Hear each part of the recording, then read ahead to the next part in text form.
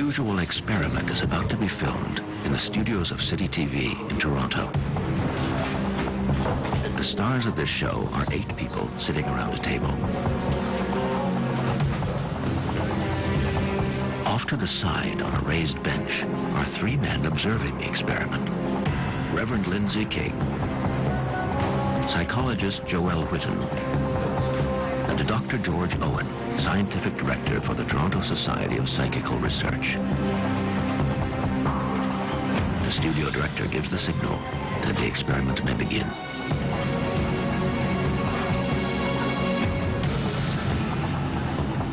The participants lay their hands flat on the table and begin calling out a name. Are you there, Philip? I want to see you, Philip. Soon the table begins to rise, as if it had a life of its own, to the surprise of the participants.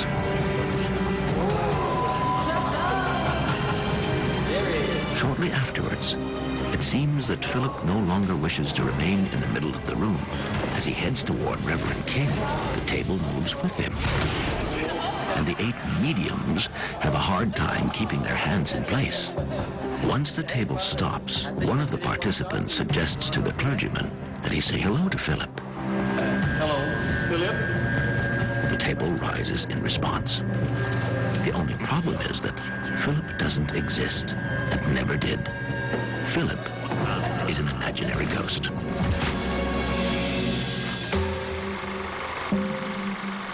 In the fall of 1972, Dr. George Owen, director of the Toronto Society of Psychical Research, came up with a unique experiment. George Owen was a mathematician and geneticist. He studied at Cambridge University in England. He also had an interest in poltergeists. With the assistance of 3 men and 5 women, who had no particular gift for communicating with the spirit world, Dr. Owen conducted one of the most significant experiments in the field of parapsychology in the 20th century. They created Philip, the imaginary ghost. Philip the Imaginary Ghost was an attempt by the Toronto Society for Psychical Research to prove that paranormal events could be created without the help of spirits from another plane. Instead of assuming that all physical manifestations were caused by the spirits of the deceased, as spiritualists claimed, Dr. Owen sought a more natural explanation. He wanted to show that living beings, through some mechanism that has yet to be explained, could project their energy onto material objects. Dr. Owen asked the group of 8, as they were called, to imagine the fictitious character with a name, age, gender, and nationality. They came up with Philip, a 30-year-old aristocratic Englishman living in the 17th century at Diddington Manor in Warwickshire, England. Then they invented Philip's life story. He had a wife, Dorothea, who was cold and frigid. He fell in love with Margot, a beautiful young gypsy. Dorothea discovered her husband's infidelity and accused Margot of witchcraft. Margot was condemned and burned at the stake. Heartbroken, Philip took his own life, jumping off the battlements of Diddington Manor. He was only 30 years old. Of all these biographical tidbits, Diddington Manor was the only element that was real. And of course, it had never had an occupant resembling Philip. It took them several months before they had worked out the details of the character they were going to create. So it was 1973, I think, between 8 and 9 months later, that the experiments actually began. They met on a weekly basis in a designated area of the society headquarters, which we called the Phillip room. And no, this room was not used for any other purpose. Had a card table with 8 metal chairs around it. And they met once a week for a period of well over 10 years. Philip, are you there, Philip? The group sat around in a circle with a picture of Philip in sort of a meditative state, trying to produce an apparition. And after a year, nothing happened. No phenomenon, no apparition. Philip, we're looking for you. Philip, give us a sign, please. At first, the members just developed a friendship with each other. They spent months together, with no occurrences of a psychokinetic or telekinetic nature. De psychokinésie ou télékinésie. Then at some point they changed their strategy, De stratégie. and suddenly they began to see results, Alors ce sont ces effets like raps on the table or under it, au-dessus ou en dessous de la table. and the table began to shake and move. These were physical things that could be recorded. Give us a sign, Philip. Philip, are you there, Philip? Within a month or two of talking to this imaginary ghost, Philip, people started to get raps on the table. In turn, each person would say something like, "Good evening, Philip," "Hello, Philip," and there would be raps underneath their fingertips. Or if a visitor came Oh, in yes, not one time. and identified himself and said, "Hello, Philip," there'd be a rap underneath the visitor's hand. These raps were audible, were tape recorded, and had a characteristic sound envelope.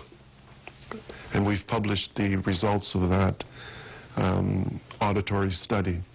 The tapping eventually led to the table being shaken, eventually moving, and eventually actually turning right on its side. Those were really the proofs that they had in fact accomplished their experiment. Philip's manifestations were far from what they had hoped for, but still, the group would ask a question, and Philip would answer. Surprisingly enough, the answers always corresponded to his alleged biography. As the seances progressed, Philip became more enterprising. After a few raps on the table, he would raise it off the ground and make it dance on 2 or 3 legs. We were very careful to try and avoid hoaxes. On several occasions, we had what are called doily nights, where we would put doilies, paper doilies, under the hands of the members, and if they tried pushing the table, the doilies would simply slide across the table. So clearly the table movements were not caused by anyone pushing it. And the cameras, when we had those opportunities to videotape it, it was clear that, say, 2 people sitting on opposite sides of the table, if they both lifted their knees, might lift the table up. It was clear that that was not happening either. Philip, are you there, Philip? Encouraged by the astounding results, other groups around the world tried the same experiment with other imaginary characters. The results were all basically the same. À ce moment-là, on s'est dit qu'on avait They told themselves they had found the magic formula, la stratégie où a on mix avait of en spontaneity même temps donc, combined with weekly meetings la and an experimental framework. et aussi un certain encadrement expérimental. They thought this was the secret to being able to produce this kind of phenomenon at will. Provoquer à volonté ce genre. But they realized that this strategy alone was not enough. Perçu que cette seule stratégie It also took a lot of tenacity on the part of the members. participants. It would appear that the hereafter is not the only explanation for manifestations of so-called spirits.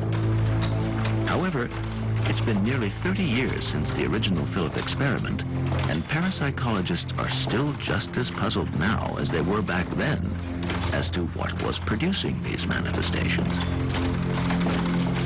It is interesting that the scientific community has never followed the Phillip experiment, or indeed many other experiments of a similar nature.